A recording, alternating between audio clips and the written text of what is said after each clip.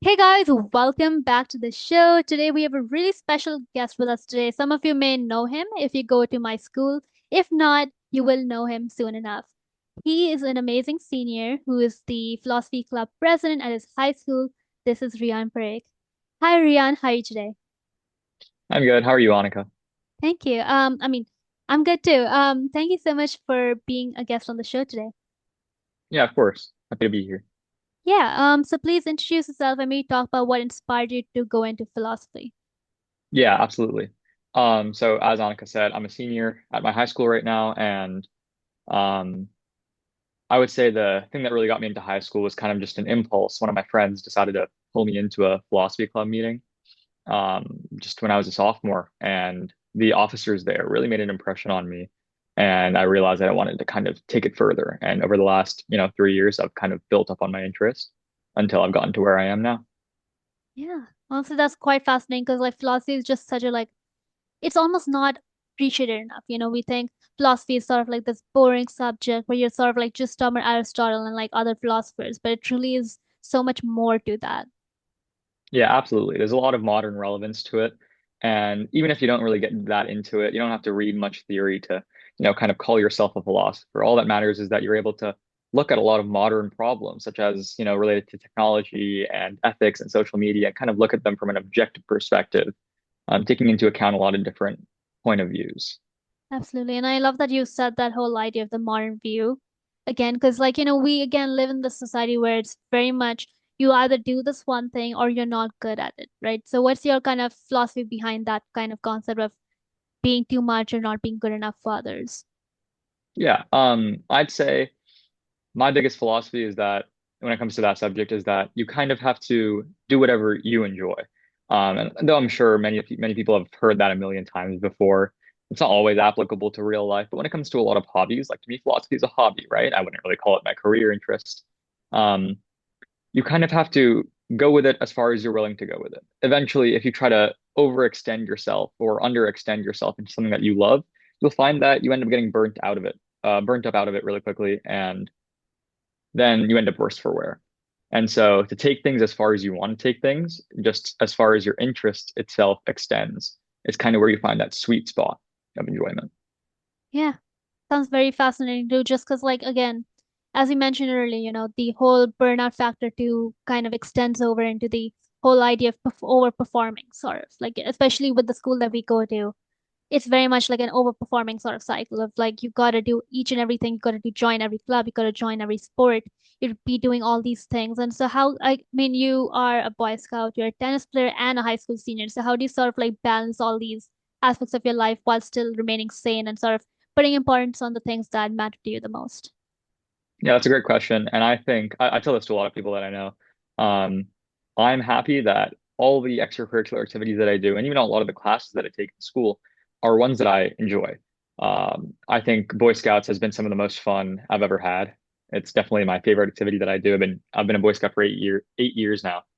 Um, and when it comes to philosophy, and I used to be in like the speech and debate club and everything, and every single thing I've done as an extracurricular, I've enjoyed. I've never pushed myself to do something simply because it is expected of me.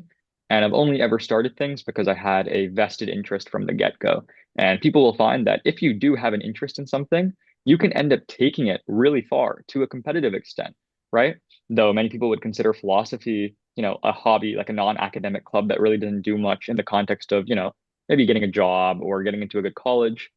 The fact that I was interested in it got me the position of club president, and colleges and employers do love to see that someone can take an active leadership role. Yeah, and that idea that you just brought up leadership.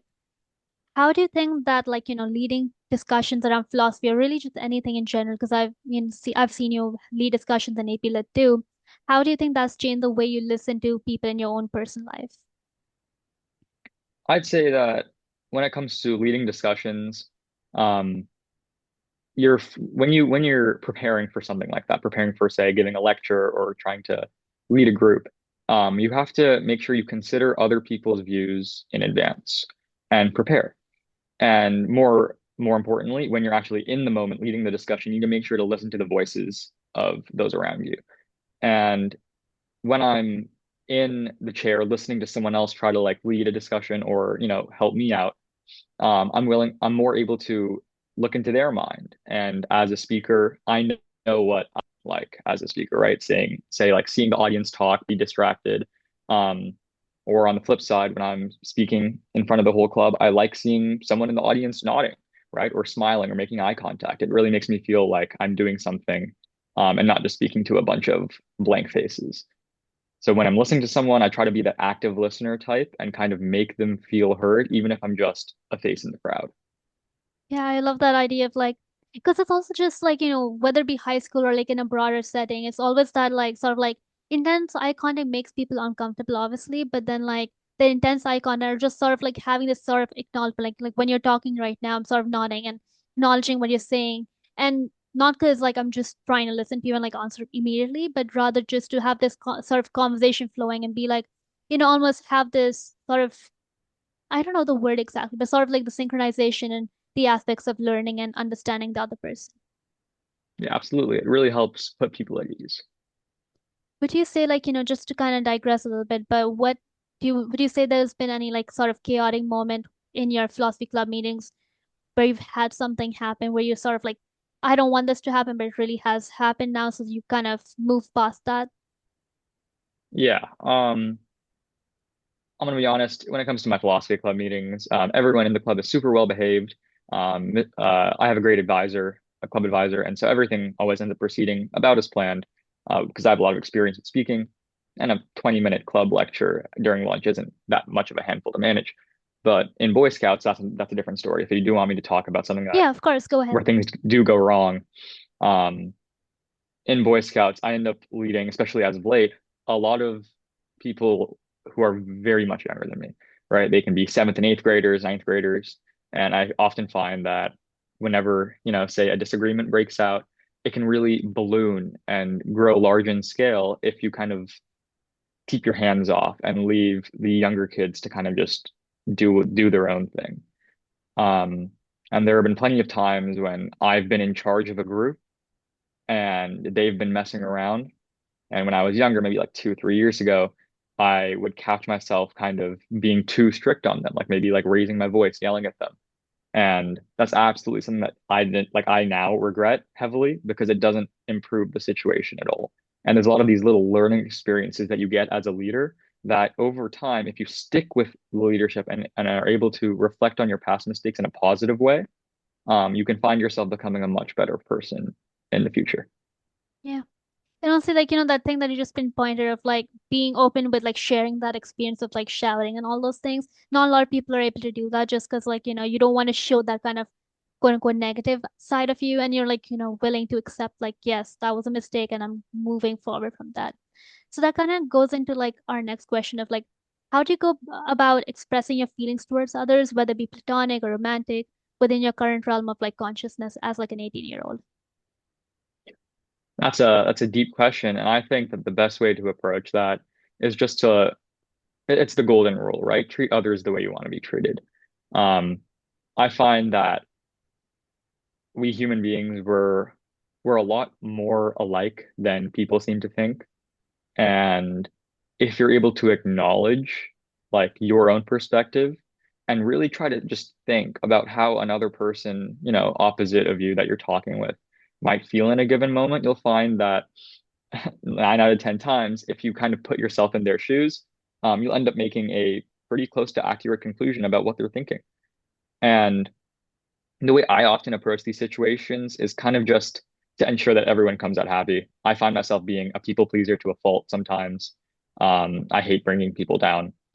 And so I'll always try to find ways to help people improve, but more importantly, help them improve of their own accord. I don't like just telling people what maybe they can do to improve, but I kind of like guiding them to a certain conclusion. And when it comes to romance, though, that's absolutely something I don't have much experience with.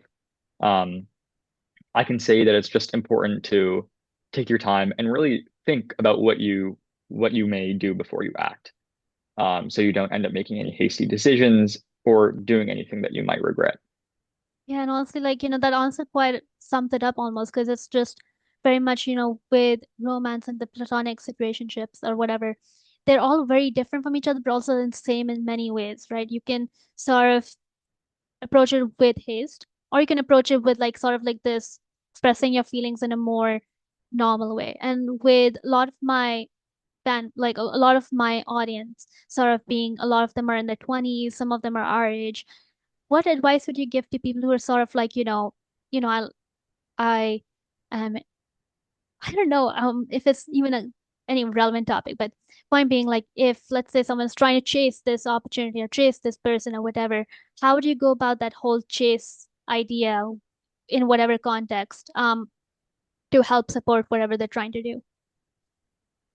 Yeah, so if you're really, wait, are you talking about like in context of like chasing like a person or chasing a goal or idea? Like either, honestly, whatever you're comfortable with answering. Yeah, so I'd say those two end up being a lot more similar than you think because my philosophy is kind of you need to act and plan for the future based on your present demeanor. Especially at our current time in life when we're going into college, trying to decide our major and what we want to do in the future. I find a lot of people telling me that I might end up changing what I want to do when I get to college. And though that's absolutely okay, people change, right? It's a common occurrence.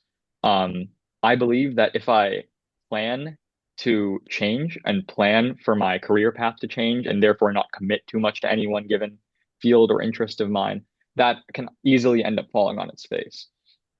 And so I think in any given moment, you need to do what your heart is set on instead of trying to think and overthink rather of how your situation might change in the future. Um, because when you're looking back on it, even if, let's say, instead of wanting to go into science, I ended up wanting to go into like law, in the future, even if I'm going into law and I've wasted a ton of time going on that science path, I would still be content. I wouldn't be very like regretful of my past actions because I'll know that I was committed, right? I was committed to something, and even though that commitment eventually changed, I was able to follow my dreams in the moment, and that kind of leaves me free of regret. And I think regret is probably one of the emotions that people hate the most. It's really a horrible feeling to reflect back on past mistakes. And I think minimizing those past mistakes by making sure you're happy in the moment can really get you far. Yeah. And like that last line, like really hit hard. Could you just repeat it one more time for our audience of like the whole regret thing that you just said? Yeah, yeah, absolutely. Regret is one of the worst feelings that human beings can really experience. And I think that the way for you to end up being the happiest is just to focus on being happy right now. And you'll find that in the future, that happiness may continue. And looking back on your past life, you'll be content knowing that you had a good time. Oh my God, you might have a future as a TED Talk speaker because that literally just gave me goosebumps right now. That was so good. Um, my last question for you is, what advice would you like to give your future self and just our audience in today? I'd say beyond just the point of regret, the biggest advice I would give for you is to focus on yourself. There's so many different people out there who all are living their own lives. And the more you give to their thoughts, the more you try to think about how other people view you, the less kind of mental energy you have to spare for your own self-improvement. Um, I've found that doing what makes me happy has always gotten me further than when I focus and overthink too much on what other people might think of me. Because in my own experience, and I've also seen this happen to other people, people respect someone who can really dedicate themselves to their own self-improvement, right? If you look at someone who's constantly overthinking, worried about what other people think, maybe kind of shy all the time, not willing to really put themselves out there, it's not the type of person that you want to see yourself becoming. And by focusing on yourself and not focusing too much on what other people see you as now, especially since we're going off to college, right? Mhm. Especially if you're in high school, you're never going to see 99% of these people for the rest of your life. And so it's important that you make yourself into someone that you'll be proud of being in the future. Absolutely. And like it's kind of bittersweet, but it's also just the true reality of like just how things are, not only for us in this stage of life, but really just for anyone making big career shifts or making a big change from even like middle school to high school to college, college to a job even. And it's just really important what you just said of like moving past that whole regret scenario and kind of focusing in on yourself. Because in the end, you're the one living with yourself, right? A lot of people choose to do the things their parents want to do, their friends want you to do, or all those other people. But really, it's just you who's going to be doing the things you're going to do. And the quicker we learn to love ourselves, the quicker we learn to like focus on our mental health and our self-expression and all those things, the quicker we learn to like be satisfied with our lives. Absolutely. The only person who will be living with your decisions for the rest of your life is yourself. Yeah, absolutely. And I think you just got out there, but yeah, I 100% agree with what you just said. Yeah. Yeah. Thank you so much, Riyan, for coming on the show today. It was an absolute honor to have you on. Awesome. Thank you, Annika. It's been a fun time. Yeah, thank you so much, everyone, for coming on the show. I hope you all had a great time, and I'll see you all next week. Have a great day, and I'll see you all. Anika Goyal out.